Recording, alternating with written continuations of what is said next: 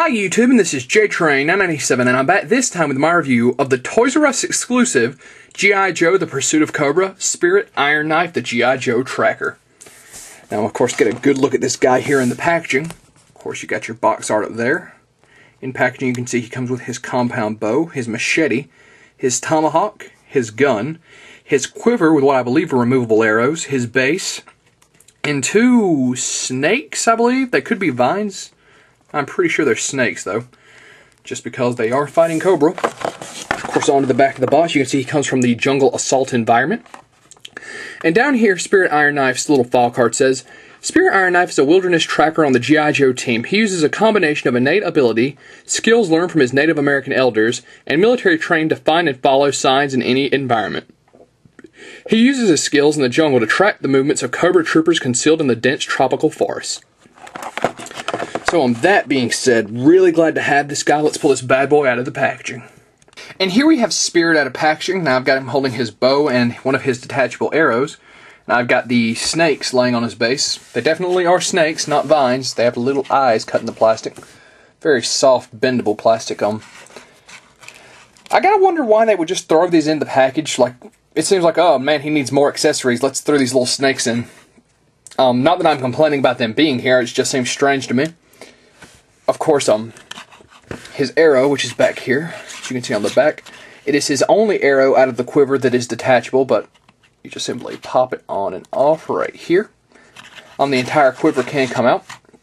Let's pull his bow out of his hand. Get him posed back. Of course, you can see there's actually some nice detail on the bow. No string, however. Of course, he also comes with his machete, which... it seems like the right hand on Spirit got left a little wide to hold the bow, so most of his gear fits much better in the left. Of course, let's pull that out. He's also got his hatchet, or tomahawk, or whatever you want to call it. And last but not least, his gun. Pretty massive gun. I'm plugging that in his hand really quick. So you can see, actually I might be able to hold that in this hand. No, not really. Once again, the left hand is primarily for the bow, which I don't mind.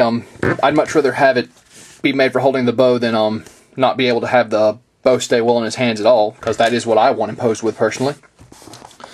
Now let's pick the camera up and go on to his detail. He's got a lot of nice war paint there on his face. You can see all the detail down his jacket. His armbands over here have some tribal markings on them, I think. Which, yeah, the light's kind of bright on those. Yeah, there you go. Of course, over here, same deal. Just great detail all down him. Panning back out. Let's actually pull Spirit off his base here. As you can see, the standard G.I. Joe base says Spirit Iron Knife. His articulation. He does a full 360 at the arms, goes out to here. Well, up, I should say. Bends at the elbow, spins, and turns at the beginning of his little gauntlet, not at the wrist. Of course, same for both arms.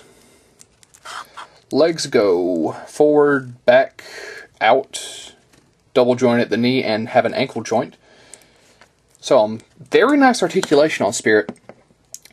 His entire vest is removable. Of course, over here you just have the peg.